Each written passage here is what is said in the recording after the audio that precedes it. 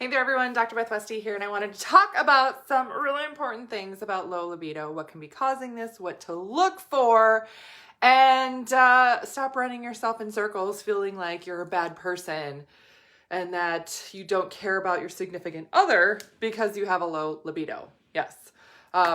This is super funny. I actually had somebody, this was last week, I was doing a check-in call with her. She's in the 12-week challenge. And as we were chatting on the phone and she's updating me, on how things are going and all this, and I hear her husband in the background just shouting, "Tell her thank you!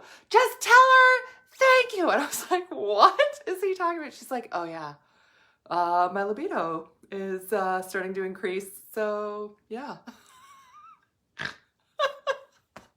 Great. But having a low libido, this can be a big sign that your hormones are imbalanced and that things are off. So these are things we deal with in the 12-week challenge. It's important that we're testing for the right thing and targeting the right thing for you to know that you are actually taking steps forward to help with this issue, right? So I'm going to put a link here in the comments for you to get on the wait list for the next 12-week challenge. If you are not on the wait list, make sure you get on this wait list. The only way you get the registration link is on the wait list. So that's why we do the wait list. Yes. But I can't tell you how often I hear this. And sometimes when I'm working with a gal, the libido piece is more like, well, yeah, I'm exhausted and that's probably why my libido is low and da-da-da-da and all this other stuff. And, okay, yeah, that can be a part of it, but it's important we're targeting the right thing. Otherwise, you're going to run yourself ragged. Right? Or just thinking like, oh, if I slept better, my libido would improve. Oh, if this happened, then my libido would improve. It's more dynamic than that, right? So, in looking at low libido, what is the main culprit? The first thing is testosterone. Having low testosterone is the most common, a lot of times, reason that people think that they have a low libido. My testosterone's off. That's what it is. If you Google it, it'll say that. Low testosterone causes low libido, absolutely. But it can also be lower androgens. Your androgens like DHEA, aldosterone, things like that. Those levels being off can also trigger that. How do I know if those levels are off? Dutch test, which you get in the 12-week challenge. You get a Dutch test and then customized recommendations based on what you need. Yes. So if you are thinking it's just testosterone, yet you've been trying to I got this supplement to help boost testosterone and boost libido. Okay. Great. I'm not saying that that's bad, but it might not be the right thing. Oh, look what the other most common culprit is here for low libido. And honestly, I can't tell you how many times this happens. It's more often than not that I'll be going over a Dutch report with somebody and they'll say, yeah, my libido is just terrible. And their testosterone's not bad. I mean, it might not be fantastic, but it's not terrible. But what is terrible is their cortisol. Cortisol levels, being stressed out. Your body having a terrible stress response. Yeah, your body having a terrible stress response.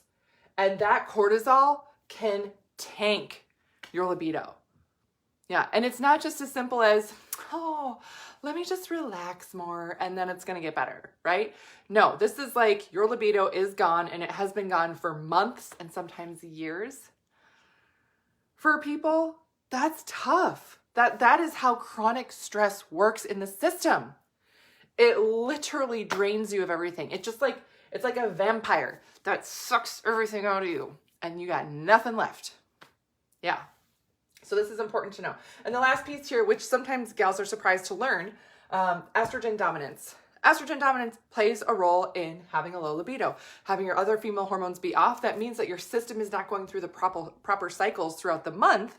I mean, you have 4 different bodies throughout the month. That shift is not happening when it should. So, which a lot of times can be related to estrogen dominance and imbalance of your hormones. And that can play a role as well. So how do I know and how do I target this and all these other things? Again, Dutch test. And this is what we do in the 12-week challenge. So make sure you are on the wait list.